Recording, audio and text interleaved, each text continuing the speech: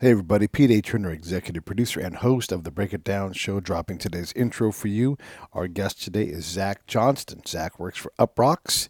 He and Steve Bermucci, they have put together the Uproxx Travel Hot List for 2020. And I definitely want you guys to go check that out. You can go to uproxx.com or you can check out at Uproxx or Uproxx Life on Twitter. You can get Zach on Twitter and also Steve Bermucci at Twitter as well, and you can look up the story through them. So Zach and I are going to talk about travel and traveling with a conscience. For those of us who are interested in protecting the earth or understanding and working with the bounds of religious holy sites, for example, Lake Havasu and the whole Havasu tribe and how visiting there respectfully can happen. Doesn't mean that you can't fly on an airplane or can't do this or can't do that, but if you have that kind of a charter where you want to travel with a conscience, this list is excellent for that. On top of that, obviously super wanderlusty. And if you read about drinking up and down the west coast of the United States and having oysters along the way, well, Zach's got his piece there for that. There are pieces about the entire world, all kinds of places. South America especially looks fantastic, and I definitely encourage you guys to go to Uproxx and check that out and support the show that way. Also, today we are out, Scott Husing and I, walking in support of John Preston and his 22-mile-a-day walk to raise awareness for veteran suicide. I definitely encourage you to go support John as well. You can hashtag 22andMe to find out more about John's walk or go to 22andme.org. If you're interested in donating, all the donations you can do to Save the Brave as well, because we are one of the official charities for the walk. He's already done 500 miles, well on his way to San Diego by way of Palo Alto. So it's been a long walk, and so the show is a little bit late coming out today, but that's because we were out walking a number of miles on the route today with John and his crew. Hey, listen, Save the Brave. This is what we do. Helping out veterans with PTS. Those guys are out all day yesterday, and they were fishing and having a great time. So hopefully getting out will get these guys looking at the world in a different place, in a different way, and maybe get them on the road traveling as well. Either way, hey, thank you so much for listening to the show. Here is your guest, Zach Johnston. Lions Rock Productions. This is Jay This Moore. is Greg Proops. This is Jordan Harbinger. This is Dexter from The Offspring. This is Nathan This is East. Sebastian Younger. This is Rick This Marotta. is Stuart Copeland. This is Mick Gillette. This is Andy Summers. Hi, this is Skunk Baxter. This is Gabby Reese. This is Rob Bell. Hey, this is John Leon Guerrero. Hey, and this is Pete A. Turner. Hey, this is Zach Johnston from Uproxx Life, and you're listening to the Break It Down show. Yeah, we've had Zach on before, and look, I get wanderlusty as hell. If I see, Zach, I don't know if you're the same way, but if I see a VW bus or the Vanagon, I'm like, where are they going? I want to go with them. I don't even care if they're going to the store. Those cars give me wanderlust like crazy. And just, we've been watching, what is it, heat, salt, fat, that Salt, fat, acid, yeah. Yeah, that Iranian lady who just, she makes you want to go everywhere and eat everything and drink everything. So it's whenever you say, hey, I got something to chat about, I'm like, yes, let's go do it. Awesome. Yeah. And, Salman Nosrat, who wrote the cookbook and has the show on Netflix, I hear she's making a new season. So we're going to get more Wanderlust vibes coming from her soon. It's so good. And if you guys haven't seen that show, I'm not paid to say this. It's legitimately a wonderful thing to experience. Yeah. She just is so passionate about food and everything. And I know that when you travel, part of your deal is, where to drink beer or whatever. When I was down in, Rosarito, and you can go to our wineries, you can go to this distillery, all these great things. And we weren't there for this trip, but I would love to go back and do that and go check out those places. Yeah, well, I'm extremely lucky in that I get to write about travel, but mostly through the guise of booze and food. Yeah, and so whiskey dominates the conversation quite a bit. I'd like you to we like to talk about tequila and rum and everything, vodka and everything else, but a lot of people search for bourbon and whiskey, so that's kind of where things get shifted towards.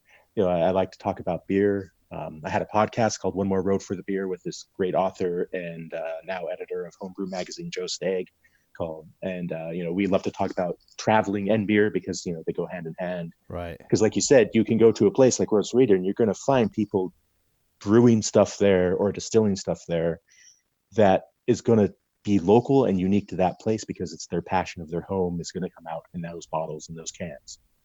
Totally true. I have come to appreciate the fact that people who do that, like I was talking with Ron Miziker, who does he does a wonderful. You guys got to check this thing out. And I'm talking to Zach, but also the audience.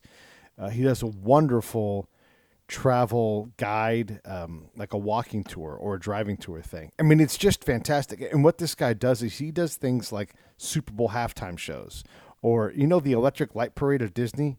He invented that. So when he does things, he's not like, I have a guy talking about the history of Rome. Like it's a wonderful experience. And we were talking about Sonoma, Napa, and the two valleys. And I'm like, what people don't understand about that place is someone somewhere, Zach, says, it's always been my dream to go make cheese, and I'm going to go to Napa and make the best fucking cheese in the world. And it's all they care about. And so when you're in those valleys, you're entering people's dream worlds that they've created.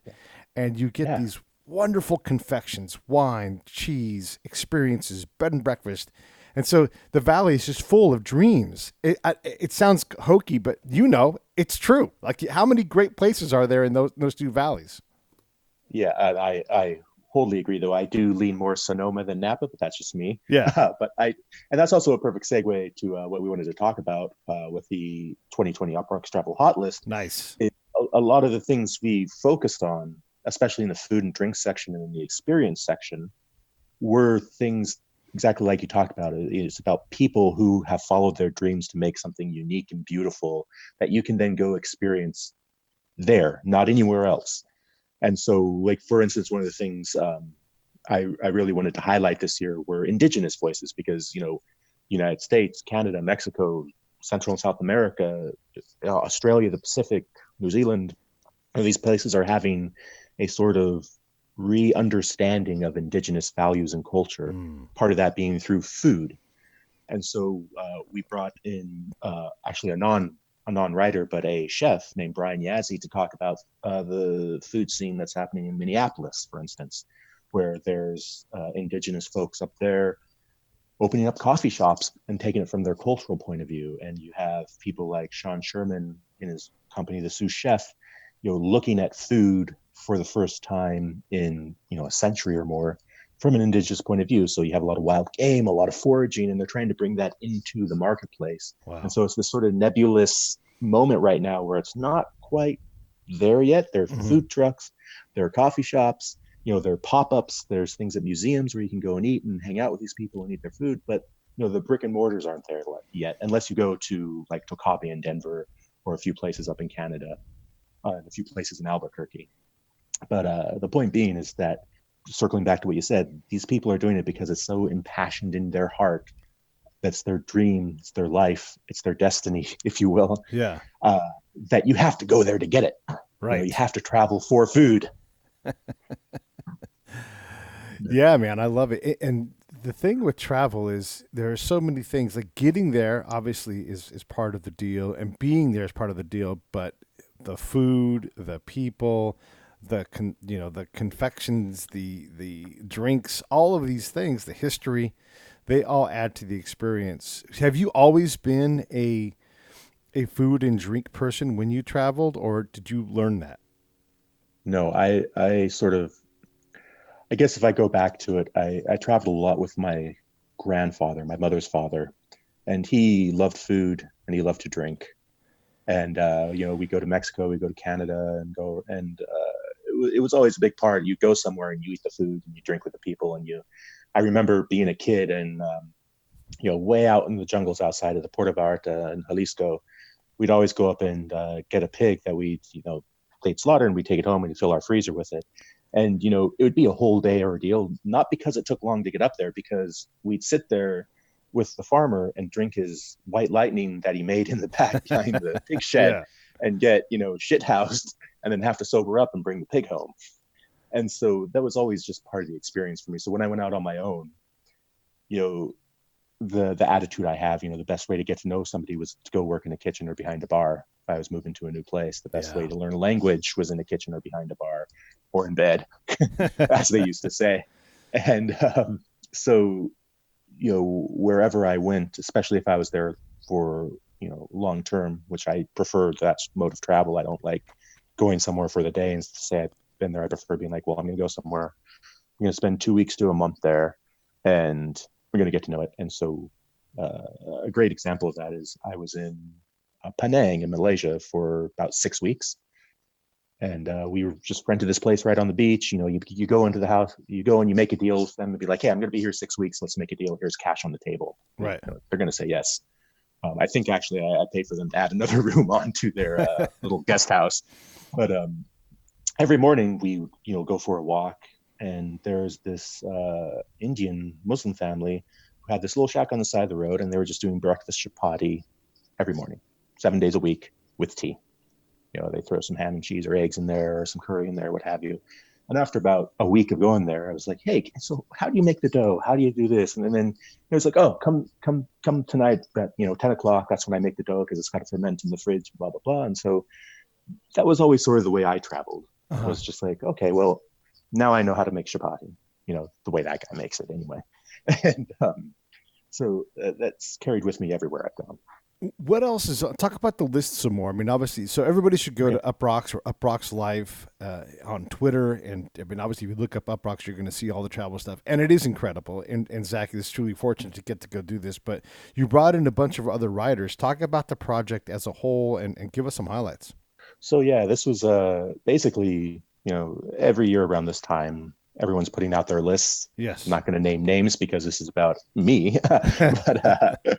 But basically, my editor and I looked at that and decided, well, instead of making a list, let's make like a book. Okay. And so we got over 40 contributors. We have, I think, over 140 entries broken down in places, festivals, experiences, food and drink, and hotels. And so it's organized. So here's our destinations. You can go through that. There's 20 to 30 there, hotels, etc. Same thing. And we just sort of we've both been in the business for several years now. We have connections. We travel with people. When you're in the travel industry, you end up traveling with people more than once over the years, and you get to know people and you make relationships. And so we've reached out to friends and people we really trust and really like, which I think is important. We like their voices. We like their attitude. We love what they do, whether it be on Instagram or what they do when they publish something wherever they work, their regular jobs. And we're just like, hey, do you want to be part of this big, awesome project we're doing? Send us some pitches. Let's see what we can make happen. And so we put it all together, and we ended up with this basically online travel book of destinations to go in 2020. And we sort of themed it towards the Great Wild North. So the first couple entries in each section are going to be sort of skewed towards going to the Arctic, doing things with wild food, indigenous sites, things like that. And then, of course, the beaches and everything else, and the festivals on the beaches come after that. Right. That's all still there. But it was sort of the theme as well, for a lot of Americans, especially, the Great Wild North is in our backyard. I mean, Canada's right there, first of all. But also, our northern border, and you can see the northern lights from parts of North Dakota and Montana on a good night in the winter. And so you don't have to necessarily get on a plane for 12 hours to go to some of these places. Yeah. And I think for our audience, which is young and American, you don't always have to go on that 12-hour trip to see somewhere unique and new. You can literally fly up to Vancouver or fly up to Whitehorse or fly up to Anchorage or drive up to any of those places as well, because, same continent. Right. And so the idea was that as well, like, well, what's around us that's cool, as opposed to, hey guys, let's all go to Madagascar, which is great. Everyone should go to Madagascar, but also we got to start thinking about your carbon footprint. You got to start thinking about your, methane footprint. You got to start thinking about, well, what is really worth it this year for me to do if I'm conscious of these things? Like, yes, you can offset your carbon footprint by planting trees. You can make it regenerative by planting 3 or 4 times as many trees. Right. But also, when you look at the actual science and the numbers, we should all be expending around 4 or 5 tons of carbon per year. And the reason I bring this up is last year I went to the Cosmopolitan in Las Vegas on a wonderful trip. It was a fantastic time.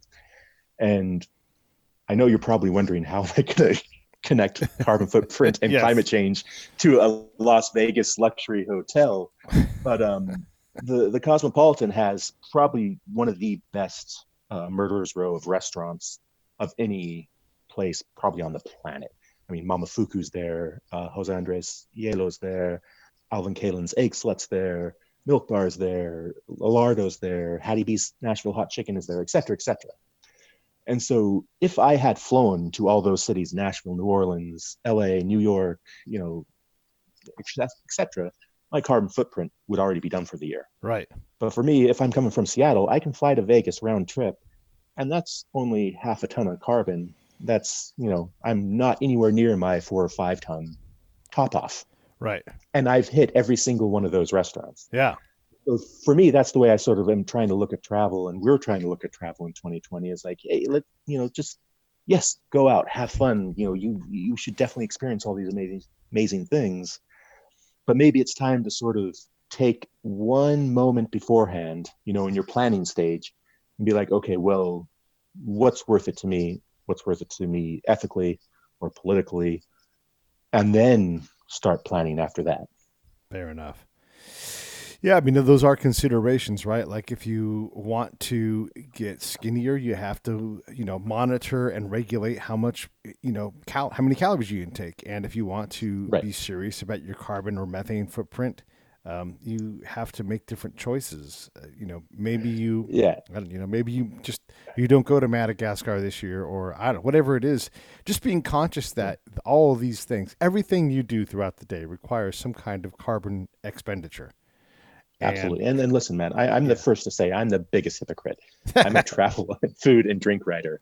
I have to plant a whole goddamn forest in a state the size of Washington every year, probably to make up for my life. Right. Yeah. So I'm not trying to sit here on top of a pedestal and look down upon anyone. I'm just saying we can all do better, and there are people doing way better than me. Yeah. I mean, look, it's first off, it's not a competition. You do your part, and there are so many different areas when it comes to travel that you can do wonderful things close by. I mean, I live in California. I can't tell you how many wonderful vacations there are. There's the Central Coast, the Southern Coast. You could pop up to Oregon. You can do all of these things on trains, and you can go to the desert, the mountains. You can go to different kinds of desert. You can go to Vegas. I wanted to say this too about Vegas, because a lot of times Vegas gets a bad rap for not being a culture-filled city, but that is untrue. Because you have all of the arts there. Musicians, there's thousands of musicians in that town. There are thousands of dancers. There are world-class paintings all over that town, world-class food. That is culture. And if you want to go to a cultural center, yes, you have to look past the corporate glitz and glamour and all that stuff. But if you go there to consume it, you can see some of the best performers in the world. Right, any night. Oh, absolutely.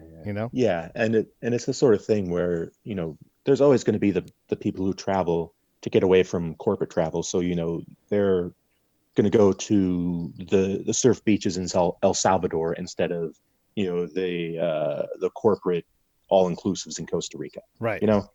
Like there's places for everyone. And going back to what you said, I love the idea. Like you're in California, you got one of the best drives in the world right outside your door. Yeah. Up Highway 1, the California coast, Washington, Oregon, Washington, Canada. And that was actually one of the first pitches I gave to my editor was the Pacific Northwest Oyster Trail, because it's something very close to my heart growing up in Western Washington, but also something I did with my family a lot as we drive down the one to California all the time and back. But you could plan it, and you could follow along on the 2020 Uproxx Travel Hot List. Hashtag. But if you start in San Francisco at Hog Island Oysters, which is an amazing place where there's an oyster farm on this mellow little bay. You can buy a bag of oysters. You can sit at your own picnic table, bring some charcoal, make a Costco run and fill up a cooler beforehand. You can sit there all day and eat oysters and watch the oyster farm and the boats roll in. And then, you drive up the road and there's another oyster farm up by Tillamook in Oregon, right on the coast. Then you go up to the Pacific Northwest, the Puget Sound, and there's oyster farms all over. You have Chelsea Farms near Olympia. You have Hamma Hamma on the Hood Canal in Lilywop. You have oyster houses in Seattle that are infamous. They're in touristy places like Elliott House, which is right on the Pier 56, I believe, downtown Seattle, where the tourists are, but that's where locals go to because they have all the oysters from the region, so you can sample them all. I mean, one of my favorite things that I always do, whether I'm showing someone around Seattle or not, is I go to Pike Place Market.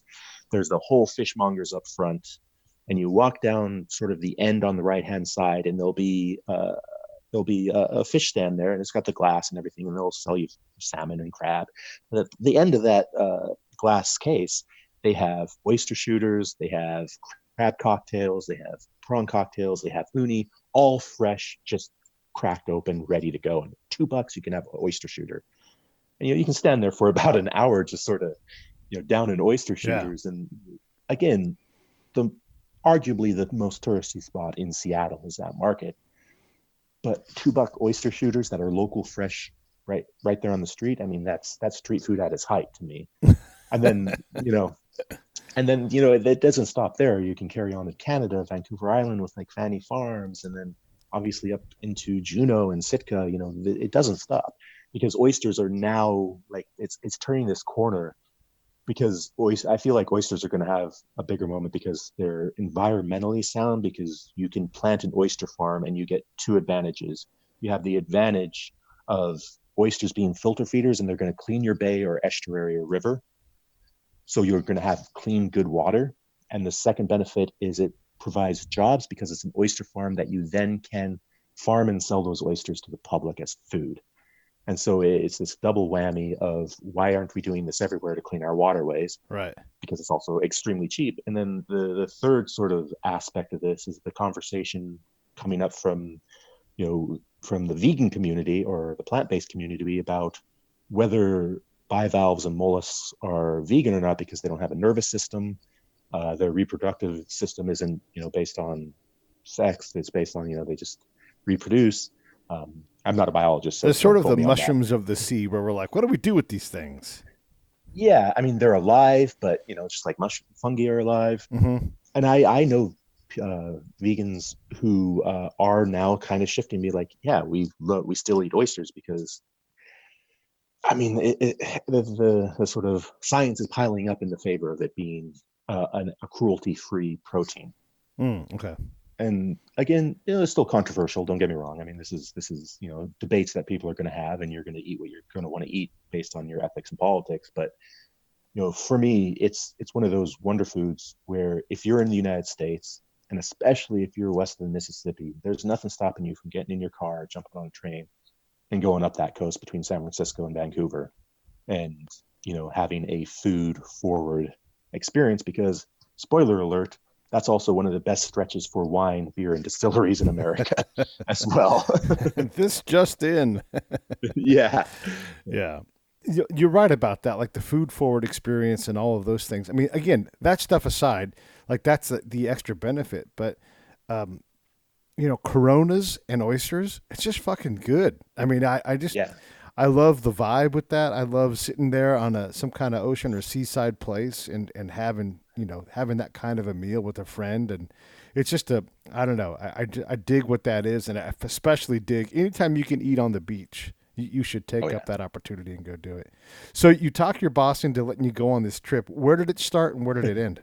Well, I didn't go on the trip. I've done this trip before a few times, and I've recently been to these places again, and I have relationships with the oyster farmers because oysters are a big part of my soul, basically. And so it's this sort of thing where it's like I've done this before, I've done it recently, and it was just something that I feel like when people talk about food, especially in the United States, they're going to be talking about barbecue in Tennessee or Texas. Mm-hmm. They're going to be talking about pizza or hot dogs in Chicago. They're going to be talking about pizza and red sauce and hot cuisine in New York.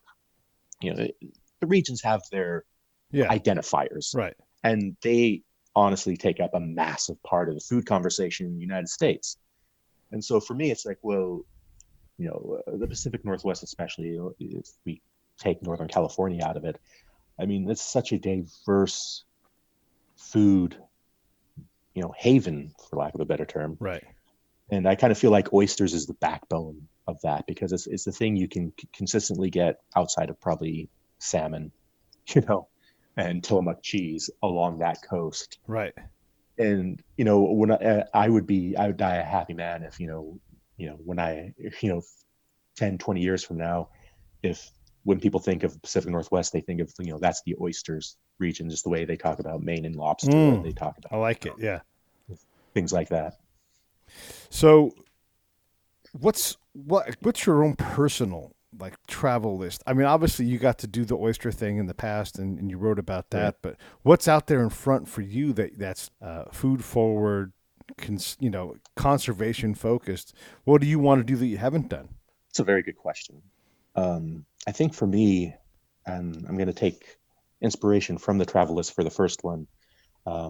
Emily Ventures, who's an amazing solo traveler. You can follow her on Instagram, Emily Ventures. She wrote about a Alaskan highway road trip and sort of road tripping between the national parks up in Alaska and sort of taking your time and just really going deep on nature. And, for me, I'm a hunter and fisherman, so I probably integrate that into it a little bit. Right. But otherwise, just sort of, going back to what we were talking about in the beginning, that van, getting that VW van and sort of just pottering around for a month. Yeah. Seeing what I find. And that, because to me, I've been to Alaska, but not deep into Alaska. I haven't spent a lot of time there. And it's a sort of place where, I grew up on northern exposure and stuff like that. So it's the sort of place that's always had a pull for me. But that's pretty high on my list. Another place that's really high on my list is Greenland. Okay. Really want to sort of experience, the Inuit culture that's there, because it's one of the most forward places that has an indigenous parliament, indigenous food scene. They're sort of running their own show, even though they are part of Denmark and still have European social values and safety nets. I'm really fascinated to see what's going on up there. And then man, it's hard for me, because I get to go places all the time that people dream of going their whole lives, and I get to do that 10 times a year.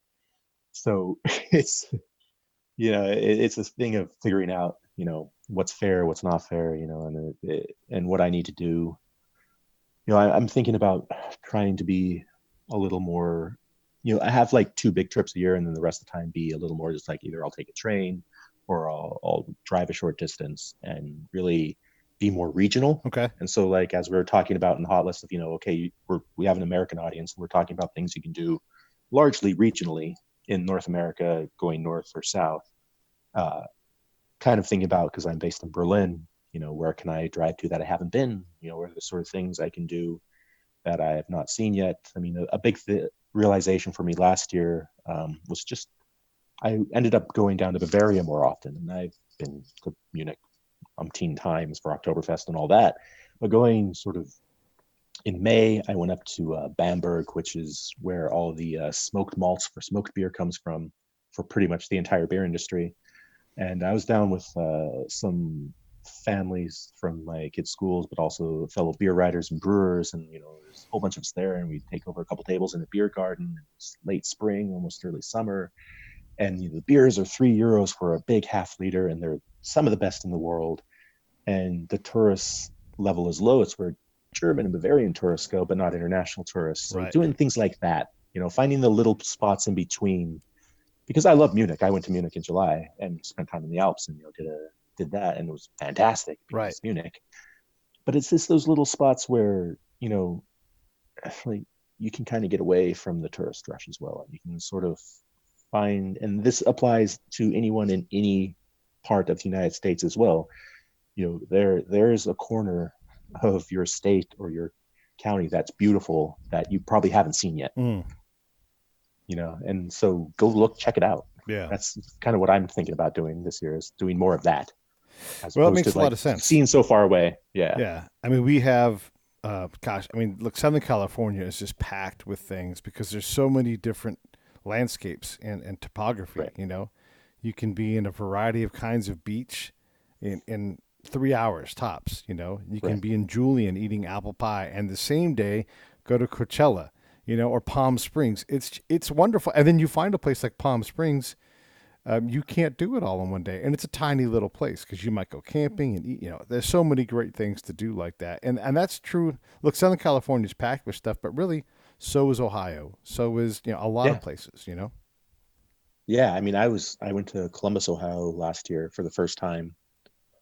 I've been to Ohio before, but it was ages ago on a cross country road trip. But I went to Columbus and properly like got into the scene there. And the North Market Food Hall is amazing. It's phenomenal spread of food from Somali to Nashville hot chicken to Polish to bespoke ice cream to everything you can imagine. But it was good and fun. And then there's murals everywhere on the main street, and there's an amazing bar and club scene every night because it's a college town. And it was one of those places where you go into a bar on a college night and it's $1 for a shot still, and you're sort of like, wait, what year is this? Dollar shots, okay. I'm in. Yeah, and so and it's that sort of thing where it's like, I'm in Columbus, Ohio, a place that I never would have. Hey, this is Pete A. Turner from Lions Rock Productions. We create podcasts around here, and if you, your brand, or your company want to figure out how to do a podcast, just talk to me. I'll give you the advice on the right gear, the best plan, and show you how to take a podcast that makes sense for you, that's sustainable, that's scalable, and fun. Hit me up at pete@breakitdownshow.com. Let me help. I want to hear about it. Never would have thought of going like, hey, let's go to Columbus, Ohio for the weekend. Right. But now I'm just like, oh, hey, let's go to Columbus, Ohio for the weekend. It's going to be a blast. Yeah. And it's finding those little things wherever you are. I mean, I'm a big fan of the Midwest, so sort of that corridor between eastern Montana, eastern Wyoming, down to Texas, and then the Great Lakes. And, I'm a big fan of South Dakota. I think everybody should go to South Dakota, because it's such a diverse, amazing, unique state. It's just little things like that. I mean, where there's got to be places that people have always thought about going that is near them. And my advice is, well, then go. Yeah, go. Pick up and go do it. Yeah. Yeah, go do it. Yeah. So in general, Uproxx and Uproxx Life, what do you guys do? I mean, obviously you're covering travel, but let's get a little more into the bigger brand and why folks should be checking out your guys' work. So the overall site, it's entertainment, so music, film, TV reviews, things like that. And also we have a sports section of great WWE coverage, NBA, NFL, etc. And then our little corner of Uproxx is the Uproxx Life and Style section, or Uproxx Lifestyle. And me personally, I'm the deputy editor of the Life section. I work directly with Steve Bramucci, who you can follow online at Steve Brom on any platform.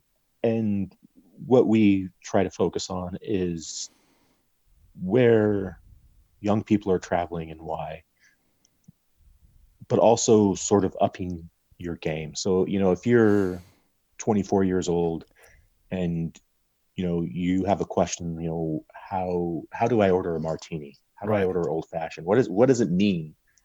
Because you can walk into a cocktail bar, especially if you're in a high-end city with a high-end bar scene, and it's going to be intimidating, man. Right. Because you hear on TV and on movies, and people order a martini and they say 5 different fucking things when they order a martini, and none of it makes sense unless you're a bartender. So just making things more accessible. Okay. Like, hey, this is what you should listen for if you want to order a martini. Hey, this is what you should look for if you want to go to this festival. Or, hey, this is, if you want to go check out the beer scene in Ireland, here are some 10 places that you should definitely check out because the beer is actually good there. And so it's just offering people a chance to, find the good stuff without feeling intimidated. Up your game, maybe figure out a recipe from a movie you saw, or maybe it's, arguing over what the best whiskey brand is from Tennessee, things like that. And so obviously travel is a big component of that because we're very lucky that we get to travel in the travel industry as journalists. But I always equate it to, if I was covering politics and I was assigned to an election, I'd be traveling for that too. So yeah, you would be.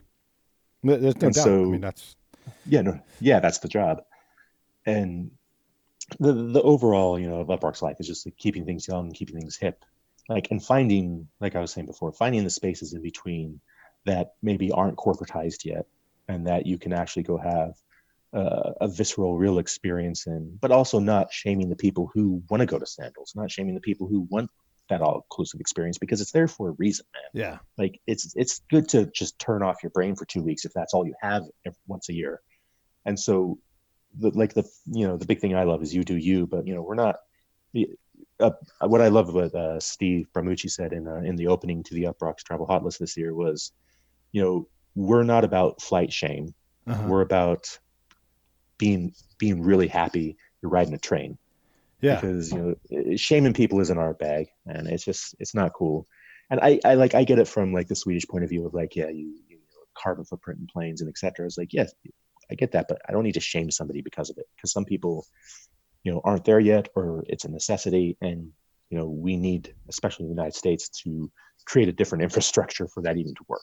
Yeah, ain't that the truth? I mean, if you want to try to get anywhere and go on the train, it's very limited on what you can do. Yeah. You may not realize this, but there is not a train that goes directly from LA to San Francisco. You can get close, but it involves several trains and a bus ride. Yeah. Yeah, I've taken the Coast Starlight from Oakland to Los Angeles. Right. And so I had to get my ass out to Oakland to get on the train at like 5 a.m. Right. Which is in and of itself a trial. Yes. And so, yeah, it's crazy to me. Like, and also, I mean, I love riding the train. We actually have a great entry about riding the train in Colorado from Denver up into the mountains to some hot springs. But it's the sort of thing in the US, man. It's not that cut and dry yet. I mean, I'm so overly spoiled. I know that's redundant, but I am overly spoiled with the opportunities I have in Europe. I mean, I just went down to Bologna for New Year's with my family, and we got on a train in Italy. They have a speed train and they have the regular train. Okay. And the train from Bologna to Florence takes 38 minutes flat, no stops. And it costs, I don't know, $20 each way, maybe $30 peak time. Right. And so for $60 round trip, a total of 76 minutes round trip, we're over the mountains on the other side of the country. Yeah. And so what we do is like we set up base in Bologna because there aren't as many tourists there. And I love Florence, but I hate the tourism in Florence because it's unbearable. And so we pop into Florence. You're there at like 9, 10 in the morning. You go for a walk. You hit up a market. You get a coffee. You see the Duomo. You see the David. You go have a long, long lunch with a Florentine steak and a liter of wine. You walk around again. You go to the Galileo Museum. You see all the globes and the maps from the 14 and 1500s. And then you get some ice cream, you jump on a train, and you go back to Bologna, Yeah. And you're not paying that, like you're paying less for the hotel in Bologna that covers the train ticket. And so, that's why I'm so spoiled, because again, the same thing. If I'm in Germany, I can go down to Hauptbahnhof here in Berlin, and I can basically go everywhere in Europe, east or west, south or north, right, from that train station, and it's not going to be cost prohibitive unless I'm going to like Moscow or something. But even then, it's not that expensive. It's true. I mean, it's really true, because well, first off, I want to ask you this question. When I go to the Hauptbahnhof, I love the food in there, and I don't. Maybe that's too touristy, but I'm like, look at that sandwich. It's got cheese and egg on it. Look at that beer, and I grab I'm like a bag lady. I'll have an armful of beers, and then like a bunch of crappy food. That's probably. I mean, it all tastes wonderful, but that's how I do the Hauptbahnhof, and then I find friends on the train, and then I throw a party. Basically, is what happens. Yeah, that's exactly how you do it, man. Okay, good. Like the bakery game in Germany is like elevated. So bakeries will have pastries, they'll have pies and cakes, then they'll have freshly baked bread, and then they'll have sandwiches that are legit sandwiches. Right. I mean, not American style sandwiches, but they'll be a good sandwich, and everything's going to be under $5. Yeah, it's going to be in the 1 to 3 range. And so, yeah, you'll see, like, that's the way to do it in most of Central Europe, is you roll in with your canvas bag or your grocery bag, and you fill it up with cold beers, and you fill it up with snacks, and you just go sitting on the train, and whoever you're sitting across from, you share a beer with them, and that the journey's over before you know it. Yeah. I love it. What about can you still hop on a train in Europe and take like the Orient Express and go across to well into Asia or anything at all? Yeah, they still run that from Paris to Istanbul, and it's more of a high-end luxury experience now. Aha, okay. I want to say it's only first class cabins with dining included, and so it's very much you get on the train. It's more like it's a cruise on track, if you get my meaning. And so, you get dressed up for dinner and there's entertainment, and it's, old school cars like you see in an old Agatha Christie movie. And so I find that to be it's like a gift kids get for their parents who are having their 25th wedding anniversary sort of thing. Yeah. But you can also, because it's the same train line, you can do the exact same thing in a coach class car for, probably $150. Yeah. And do what you do and just get off at the platform when you're in a station for 20 minutes, stock up on your beer and sandwiches and Pringles yes. and get right back on, So, I mean, I've actually taken the train from Istanbul all the way to Warsaw via Belgrade or Sofia, Belgrade, and Brno, and then to Warsaw. So it's a cool train ride. Yeah, I love traveling on the train. I like the Pacific Surfliner, which is our local train. It runs right along the coast, and it is, when possible, like if I'm going to do an interview down in San Diego, I do my best to take the train down because you can work, and I always sit in the diner car. That's the secret. I sit in the diner car right. because other people that like to sit in the diner car don't want to just sit there in a train by themselves. They want to interact, and it's just a great experience, man. I love even if it's in America, I love traveling on the train. But you're right. The train system in Europe is ridiculous compared to what we have here. I mean, I get why we fly here. Like I'm going to Florida tomorrow. I can't reasonably take a train to Florida. It would take me longer than my entire trip to get there and back. Yeah, I just watched White Christmas with my kids over the holidays this year for the first time since I was probably a kid. Uh-huh. And the whole first part of that thing is they take a train from Miami to Vermont. And in the movie, it's just like, they go to sleep and they wake up and they're in Vermont. It's like, no, man, that was like 6 days later. Yeah. And so there's this, that is one thing about trains. Like when I took the Trans-Mongolian from Moscow to Beijing, it's 7 nights and 8 days. And one of the things you don't kind of realize, because you're going through so many time zones, especially because you're going west to east, is your clock gets all screwed up. You start waking up at like 3 p.m. thinking that it's morning time, and by the time you get to Beijing, you've been on a moving rattling train for 8 straight days, and it's sort of like you have sea legs, I guess, or train legs, and you kind of got to reorient yourself. Right. It's a fascinating thing, those long haul journeys. I've also taken long haul journeys across India a couple times, and it's an acquired taste. That's the thing as well. Like, it really depends where you are, what you want to do. One of the places I really love taking trains actually is Southeast Asia. I've taken trains from Singapore to KL up into to Thailand, and they're fantastic. They're quick. The food's amazing, and it's fairly inexpensive still. Like it's probably about the same price as the budget airlines. And so, it's a sort of small region as well, so it doesn't take forever. You get on you get on a train in Singapore, and the next morning you're in Kuala Lumpur. You get on a train in Kuala Lumpur, and the next afternoon you're in southern Thailand. And so, it's definitely doable there to avoid the carbon footprint of the cheap airlines. What's the it's not one of those things you social think about. experience like on those Southeast Asian trains? It varies. So we mostly did night trains. So it's like you go in your cabin and you go to sleep. A couple times you go into the dining car and you'd probably share a beer or a couple sips of something with somebody. But the night trains, everyone's just sort of quiet, wake up and get off. Compared to Russian trains where anything goes on Russian trains.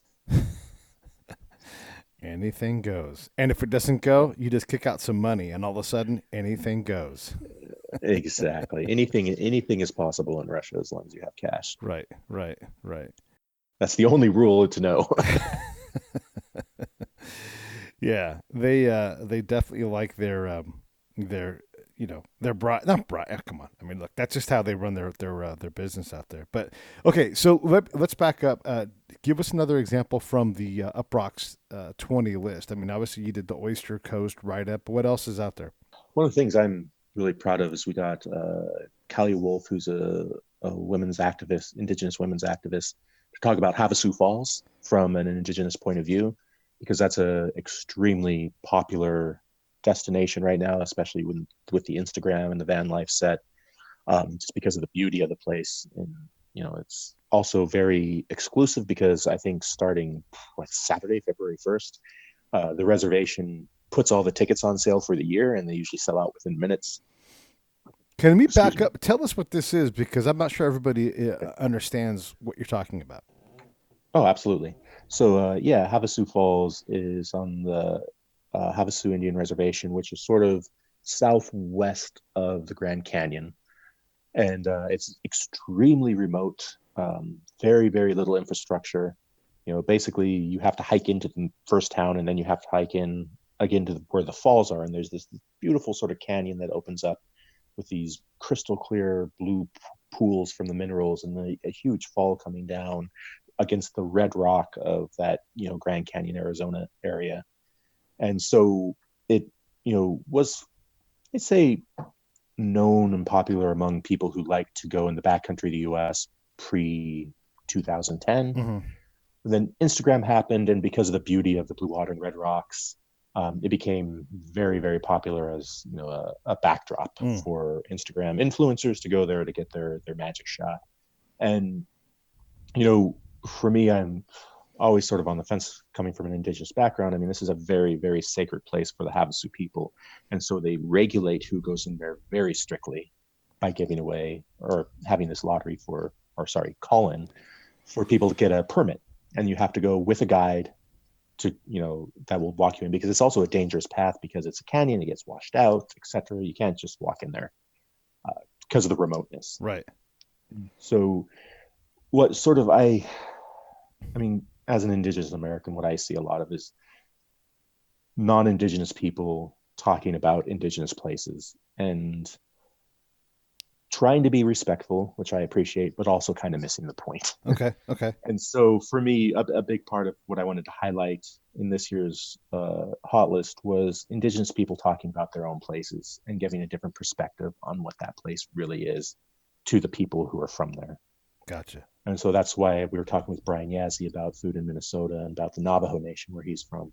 And we had Kelly Wolf talk about Havasu because we didn't have her. She recommended, she pitched it to us and we said yes. And it's the sort of thing where I've not seen that perspective before in any major publication about travel. It's always been, I went to Havasu Falls, it was so amazing. And the Havasu people, they're so nice and blah, blah, blah. And it's like, well, no, let's talk about what this place really is. And this is a sacred site for these people who are, the name translates to the Blue River people. Mm-hmm. Blue River, blue water, you get that. And, it's also the perspective of, these places were something else just 200 years ago before American colonization got to Arizona. Mm-hmm. And thinking about that when you're there and thinking about, this is something outside of the average American experience, yet it's in America. Right. And so it's that sort of thing where and I hope to continue this on next year, is getting, an Indigenous voices to talk about Yosemite, because Yosemite, had at least 10 to 12,000 years of people living there before Americans showed up or the Spanish showed up. And so, what that place means to an Indigenous Californian is going to be very different what it means to a settler Californian. Coming where I'm from, there's, my people they're just discovering now, have possibly been there for 38,000 years. Right. And so, that's a very, it just feels different. And when I talk about it, I talk about it differently. And I feel in my bones when I'm there, the mildew and the moss and the mist and the food and the, hunting elk on the Olympic Mountains, or picking up oysters off the Hood Canal, or fishing for salmon on the Skokomish River. These are things my ancestors have been doing for tens of millennia in a place. And so while, the settler experience is valid, and there are things that I love in Seattle that migrants have created. I mean, the oldest Japanese restaurant in America is in Seattle, and it's fantastic, and it's one of my favorite places. I love the Latin scene in Seattle. There's one of the best Cuban restaurants, things like that. I mean, it's fantastic. And I love experience that as well. But, it's for us with the hot list, we want to try and give a different perspective about places that we know. Like, Yosemite, you're a Californian. Right. I know Yosemite. I'm a West Coaster. But when was the last time you heard an indigenous person talk about it from a travel perspective? Right. And it just gives you more to enjoy about it. It gives you a deeper layer for it. It'd be like going to Rome and having a Russian explain to you what the Forum is. Right. They're not going to probably care or know as deeply about it because it's not their home. It's not where they've been for thousands and thousands of years. And not that a Russian tour guide couldn't give you a great perspective on what it was, but the depth of experience I feel is missing in the United States in those sort of situations. And so that's the type of thing that we're trying to turn a corner on. I mean, that's fair. I mean, that getting around that corner is a good thing. Let me ask you another alcohol question, since you're the travel alcohol expert. Obviously, we're not limited to tequila, vodka, whiskey, and gin, right? I mean, we as he drinks. Jesus Christ! It's just water. I'm just playing around. Yeah. What have you had? You're like, oh my gosh, this Korean soju, or what's out there that really blew your mind that you never would have tried if you hadn't have been in that place in that time? Ooh, that's a really good question. Chicha, which is a fermented corn drink from, I think, originally Peru. Okay. That's now kind of making its presence known in South and Central America as a commercial product. And it's sort of like corn beer, for lack of a better term. Huh. So it's cornmeal that's water, yeast, fermented, filtered, bottled. And it's the sort of thing where you hear of in legend, or you hear of, in apocryphal stories, and you hear about this Amazonian tribe in Peru who still makes it in a batch, and out back with the goats or whatever. Right. But when I got to God, where was I? Oh yeah, I was in Costa Rica. Went to a wonderful restaurant called Al Marcat, which I recommend if you're in Costa Rica, please go to. It's beautiful, farm to table local food, and they had chicha on the menu, bottled. And I was like, I have to drink that. Otherwise, I can't imagine another situation, especially outside of Central South America, where that would be possible. I think, booze-wise, it kind of really levels out across the top.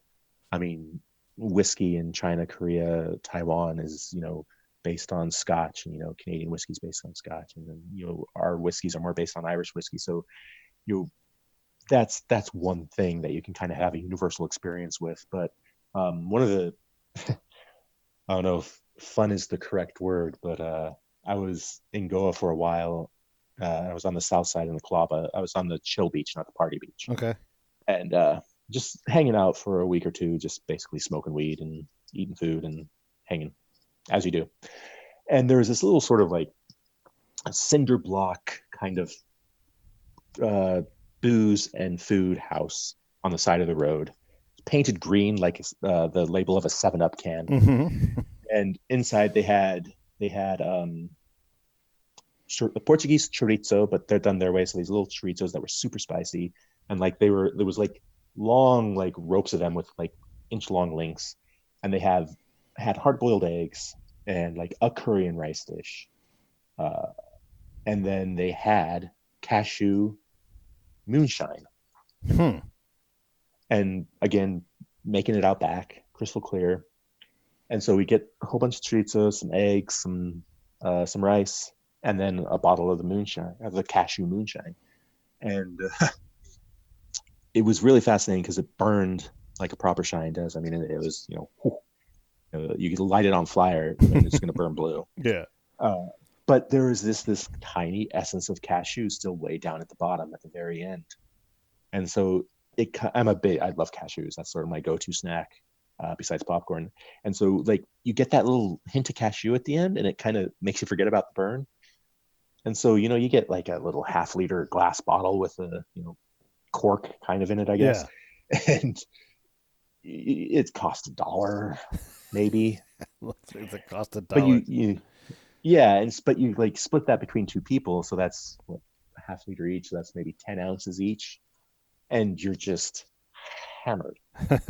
And you sort of stumble back to our like little like guest house on the beach and sleep it off. And the next morning you wake up and not really too bad of a hangover, honestly. Not bad enough where you never wanted to drink it again. Right. Because we then did drink it again. But it's like those little things where it's like, well, pretty much everywhere you go in the world, somebody's going to be fermenting or distilling or both. Right. Like, there's this idea that, the Americas didn't have alcohol. It's like, well, yeah, we had fermentations everywhere. And also when you got up into my neck of woods in the Pacific Northwest in the Olympic Mountains, we had a lot of psilocybin mushrooms, which was a cornerstone of our society. And so, things like that where you'll find an intoxicant anywhere, even if you're in the most remote places.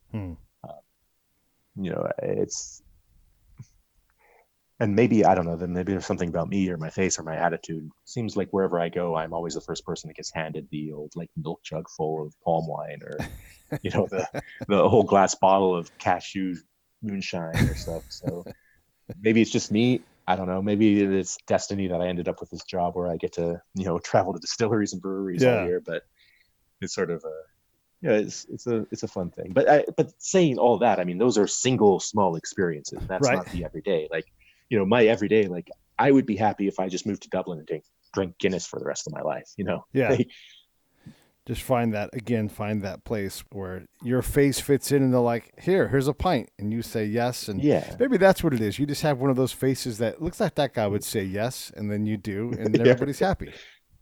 Yeah. That's probably hitting the nail right on the head. Well, listen, I'm excited to check out the list. The list is out already. And where do folks find it? Yes. So if you go to Uproxx Life, just uproxx.com life, you'll find the travel hot list. You can also go to our Twitter, which is our main Twitter is Uproxx. You can go to Instagram, which is at Uproxx Life. And the biggest thing, you can Google 2020 Uproxx Travel Hot List. It's going to come right up. And so we have a microsite in Uproxx Life. So if you go to Uproxx Life, you'll see it. Okay. And basically, like I said, it's broken down into places, experiences, festivals, hotels, and food and drink. And we have a couple. We're going to have things rolling out on Instagram as well, and we have Uproxx is continually putting stuff out on Twitter through just the main Uproxx site, so you'll see stuff on there. You can follow me at ZTP Johnston on Instagram or Twitter, and you'll find the hot list there. Or you can follow Steve Bramucci, my editor, at Steve Brum, same Twitter and Instagram as well. And and it's sort of, we're just sort of trying to recover from basically writing a book. And and then you know how it is, man. The minute you hit publish, it's already okay. What are we going to do next year? What's next? Yeah. What's next? Yeah, absolutely. It's awesome talking to you, man. Anytime you want to come back on, likewise, make sure you do it, because it's just great to talk about travel. And I never knew there was cashew liquor. I want to try some, or corn beer. Let's do it. Well, I mean, I'll meet you in Goa. All right. I'll take you right to the spot. I love it. All right, man. This is Zach Johnston, everybody. Definitely go check out Uproxx. I love what these guys do, and I know you will.